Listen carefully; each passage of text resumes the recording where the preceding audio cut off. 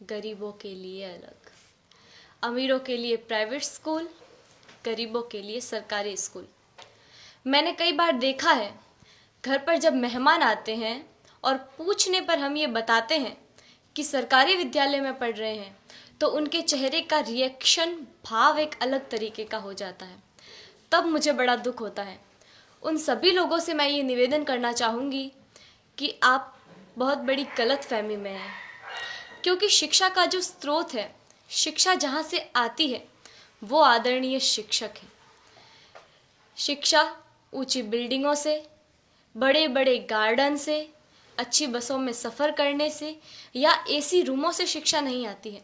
शिक्षा आती है शिक्षकों से, और वहाँ पढ़ा रहे सभी शिक्षक राजस्थान सरकार या किसी भी सरकार द्वारा आयोजित शिक्षकों को चयनित करने की परीक्षा में असफल रहे हुए लोग हैं, जिनको सरकार ने शिक्षक बनाने से इनकार कर दिया है। वो सभी लोग वहाँ पढ़ा रहे हैं। हमारा सौभाग्य है कि हम जिस विद्यालय में पढ़ रहे हैं, वहाँ के शिक्षक राजस्थान सरकार द्वारा आयोजित शिक्षकों को चयनित करने की परीक्षा, जिसमें लाखों लोग भाग लेते हैं, उन लाखों लोगों में से चुने हुए शिक्षक हैं, जिनको राजस्थान सरकार ने शिक्षक बनने के योग्य समझा है। हमारा सौभाग्य है कि हमें ऐसे ट्रेंड टीचर पढ़ा रहे हैं। मुझे गर्व है कि हम अच्छे हाथों में हैं। मेरे दादो सा आदरणीय जय सिंह जी देवल यहाँ विराजे हुए हैं, जो मुझे कभी कभी एक बात कहते हैं कि जितने भी आईएएस, आरएएस या सरकार के किसी भी उच्च पद पर लगे हुए ऑफिसरों में से ज़्यादातर ऑफिसर्स सरकारी विद्यालयों में पढ़े हुए हैं और सरकारी विद्यालयों से ही उत्तीर्ण हुए हैं। वर्तमान में एक डॉक्टर, एक इंजीनियर, एक वकील, एक बिजनेसमैन, यहाँ तक कि इन विद्यालयों में पढ़ा रहे शिक्षक भी अपने बच्चों को सरकारी विद्यालयों में पढ़ाना नहीं चाहते हैं। आखिर क्या कारण है?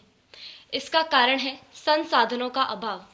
मैं आप गांव वालों से भी एक निवेदन करना चाहूँगी कि कहीं कोई गरबा हो, गणेश चतुर्थी हो, कोई आयोजन हो, कोई आर्केस्ट्रा हो या कहीं धरना देना हो, तो आप लोग हज़ारों की संख्या में पहुंच जाते हैं और हज़ारों की तादाद में रुपया खर्च करते हैं, लेकिन इस विद्यालय की तरफ कभी किसी ने झांक कर नहीं देखा।